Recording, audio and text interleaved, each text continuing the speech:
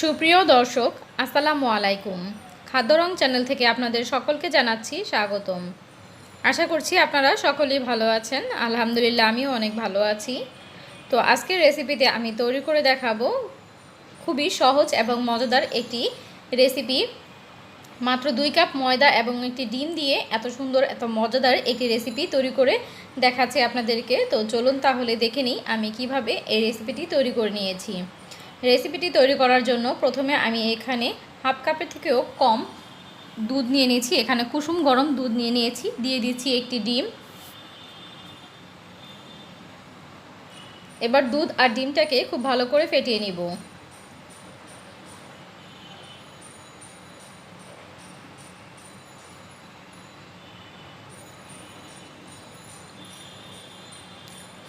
এখন এই দুধের মিশ্রণের মধ্যে আমি 3 টেবিল চামচ চিনি দিয়ে দিচ্ছি। দিয়ে দিব 1 টেবিল চামচ ইস্ট। এবার আবারও সবগুলো উপকরণ একসাথে মিশিয়ে নিচ্ছি।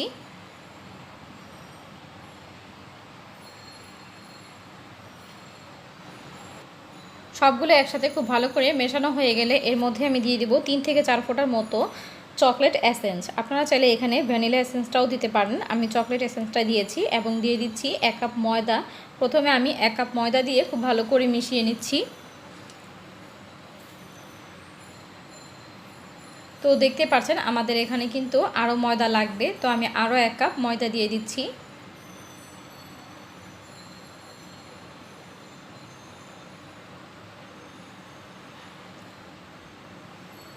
তো দেখতে পাচ্ছেন এবার কিন্তু ঠিক আছে। এর মধ্যে আমি দিয়ে দিচ্ছি 1 টেবিল চামচ রান্নার রেগুলার তেল। এবার হাত দিয়ে খুব ভালো করে ময়ান করে নেব।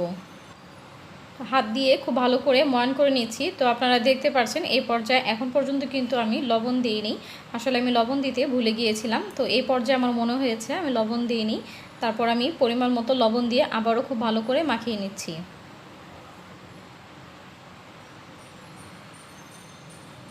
খুব ভালো করে মেশানো হয়ে গেলে একটা সাইডে রেখে দিব 10 মিনিটের জন্য। তো 10 মিনিট পর দেখতে পাচ্ছেন আমি ঢাকনাটা খুলে নিয়েছি। কিছুটা ফুলে গিয়েছে। এটা পুরোপুরিভাবে ফোলার জন্য 1 ঘন্টার মতো রেখে দিতে হবে। তো আমি মাত্র 10 মিনিট সময় রেখেছিলাম। এবার আমি খুব ভালো করে এটাকে ময়ান করে নেব। এটা দেখতে পাচ্ছেন খুবই স্টিকি নরম মনে হচ্ছে, তবে এটাকে যদি 5-7 মিনিটের মতো ময়ান করে নেওয়া যায় তাহলে কিন্তু আর স্টিকি ভাবটা থাকবে না। আমি খুব ভালো করে ময়ান করে নিয়েছি। দেখতে পাচ্ছেন এখন কিন্তু আর আগের মতো নরম নেই, তবে এটা কিন্তু খুবই সফট হবে। তো আমি কিছুটা ময়দা নিয়ে নিচ্ছি এবং একটি রুটি তৈরি করে নেব।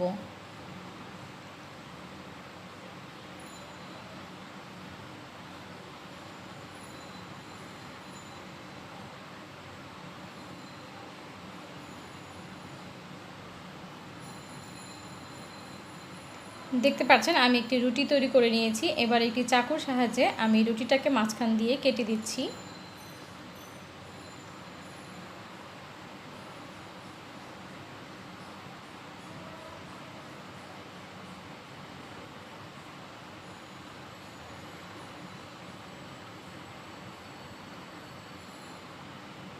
আমি মোট 8টি ভাগে ভাগ করে নেব।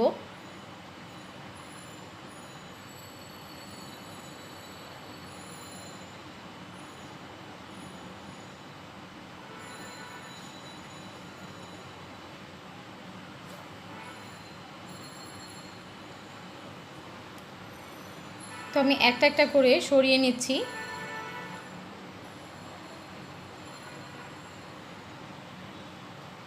তো আমি এখান থেকে দেখতে পাচ্ছেন আমি হাত দিয়ে মুড়িয়ে নিচ্ছি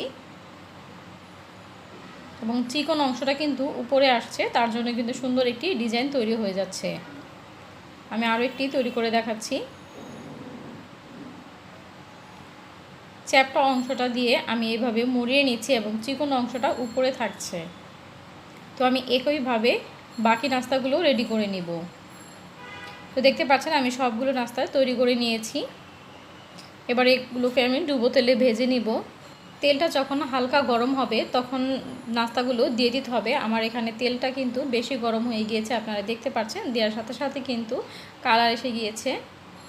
তবে ভিতরেও হয়েছিল, কাঁচা ছিল না। তবে আপনারা চেষ্টা করবেন চুলার আঁচটা কমিয়ে তারপর ভেজে নিতে। আমি উল্টে পাল্টে দিচ্ছি এবং তেলে দেওয়ার সাথে সাথে কিন্তু এগুলো ফুলে ডাবল বড় হয়ে যাচ্ছে এবং ফুলে কিন্তু অনেকটা মোটা হয়ে যাচ্ছে।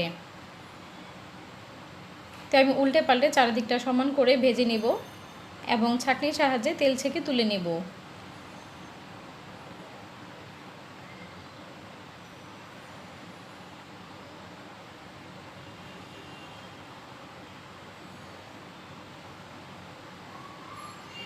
তো আমি আরও কিছু ভেজে দেখাচ্ছি।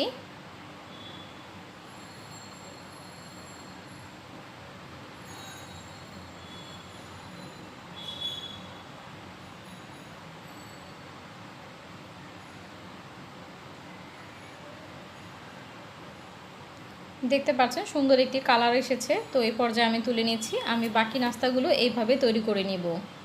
তো দেখতেই পারলেন কত সহজভাবে আমি মজাদার একটি রেসিপি তৈরি করে দেখিয়েছি। আশা করছি আপনাদের কাছে ভিডিওটি ভালো লেগেছে।